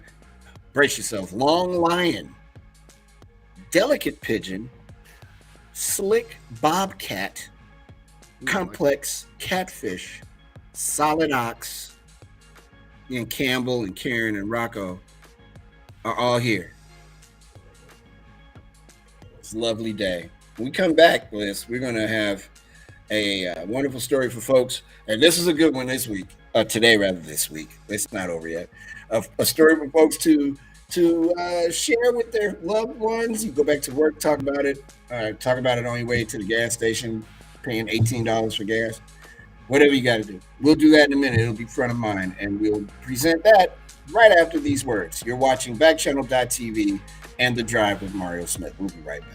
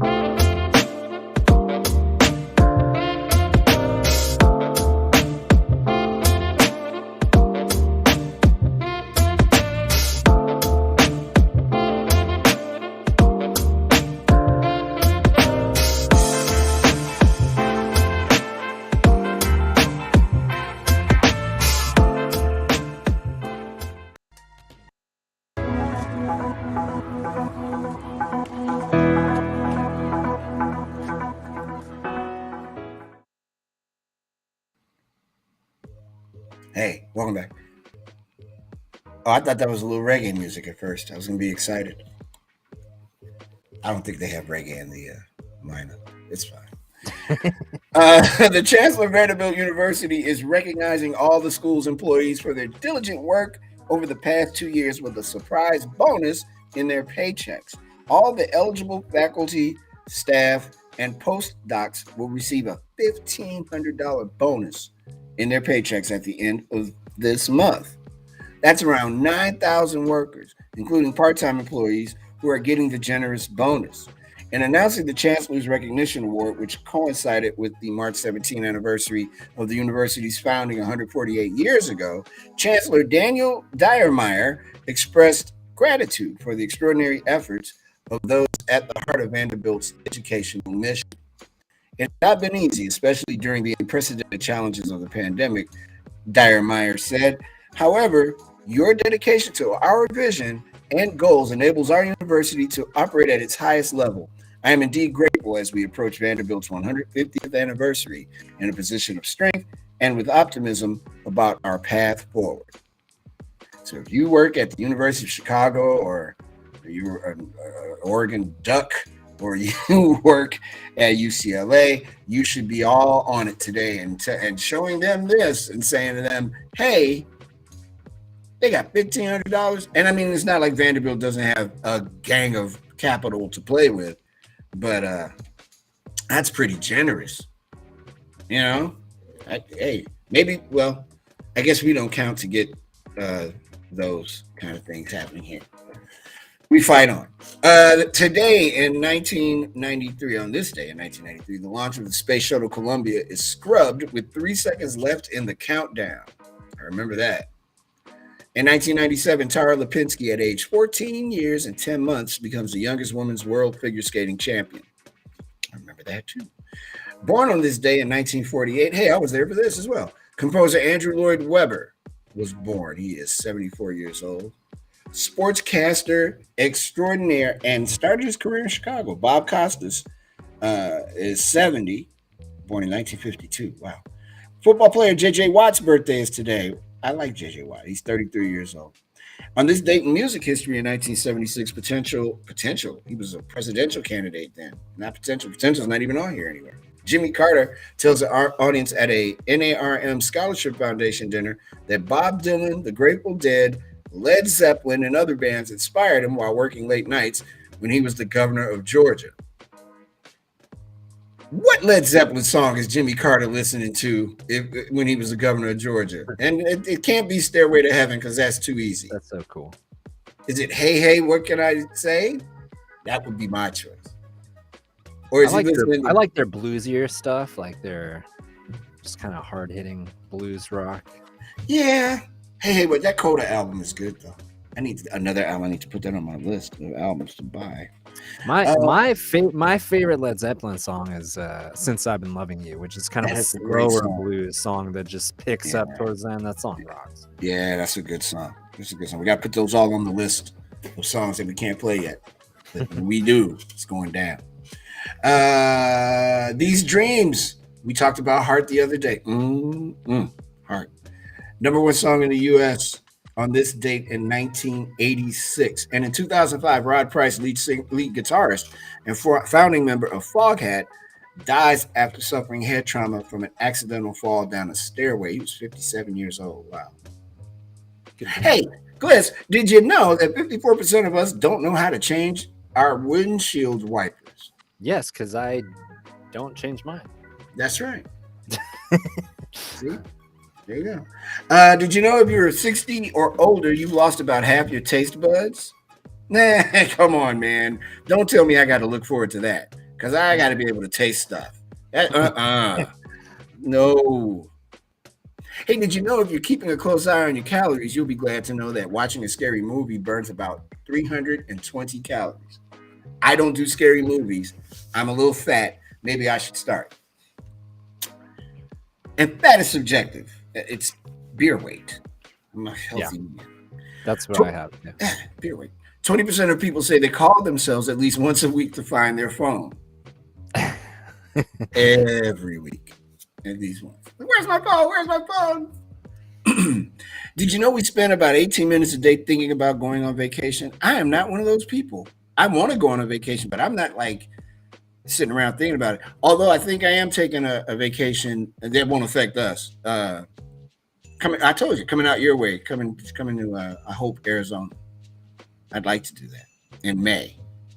That's what I'm thinking. Nice. May. Yeah, thinking about it. I'm also trying to judge what's the temperature like in Arizona in May because I am not trying to be there for all that. Well, I can do that here. Yeah, I was gonna say I'm pushing it in May. I should try April. I don't think. Yeah, I was gonna say don't do past May. Oh no. And No.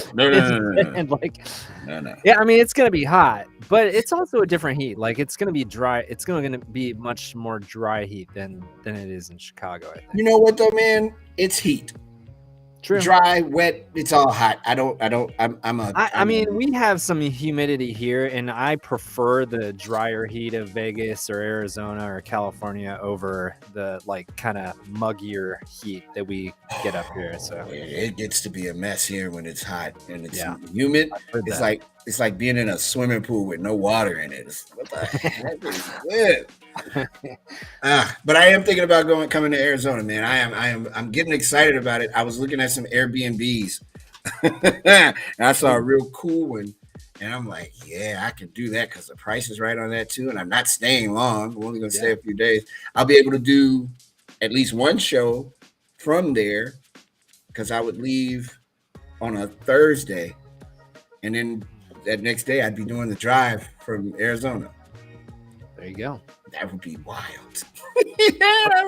First stop on the West Coast tour. That's right. On the tour, yeah. Because I gotta, since I'm there, I might as well move around a bit. Like I don't have, you know what? I had to hit the expense report on that too. Good thing. Did you know that 20% of people? No, I said that already. Did you know that almost 10% of households in America don't have a car? I can believe that. did you know that including hot sauce in your diet will help you burn more calories? That's a fact. So hot sauce and scary movies, apparently. Yep. Of which I do one and not the other. And the other one is very like I find the mildest, most tepid hot sauce you could find. I just need to flavor. I don't need to be screaming and yelling at people because I'm freaking out. The Food and Drug Administration is alerting Americans to the potential dangers of at-home COVID-19. This is just for the criminally stupid. At-home COVID-19 tests after receiving reports that people egregiously misusing them, resulting in injuries. In a safety communication released on Friday, the FDA said it had received reports of injuries after people used the kit's liquid test solution as eye drops or stuck the solution up their noses. The liquid test solution is not supposed to touch your body, you dumb. What are you trying to do? I'm going to get cured if I use the stuff they use in the test. Who makes that jump? Like that's a goober. How stupid do you have to Goober be, makes that jump. This must be the same thing as Visine because it's also clear and liquid. Like, hey Sheila, I got an idea. This is what we're going to do. Before we take this test, I'm going to stick it in the nose. And I'm going to swallow some of it, then I'm going to rub it all over my face. Even though it says on that box, don't put it on your skin. They don't know what they're talking about. This is the cure here. They've been hiding the cure. Gary T says Jimmy Carter was listening to Black Dog. Maybe. And he also said that he was doing air guitar to Jimmy Page's legs. I can believe that. I can totally believe that. Fortunate Rabbit, Cooperative Quagga, Thriving Anaconda are the remaining people who have decided to hang out for the end of this foolishness. Stop sticking stuff in your face, you nuts. What? All right, that's it. I'm out, man. I got it.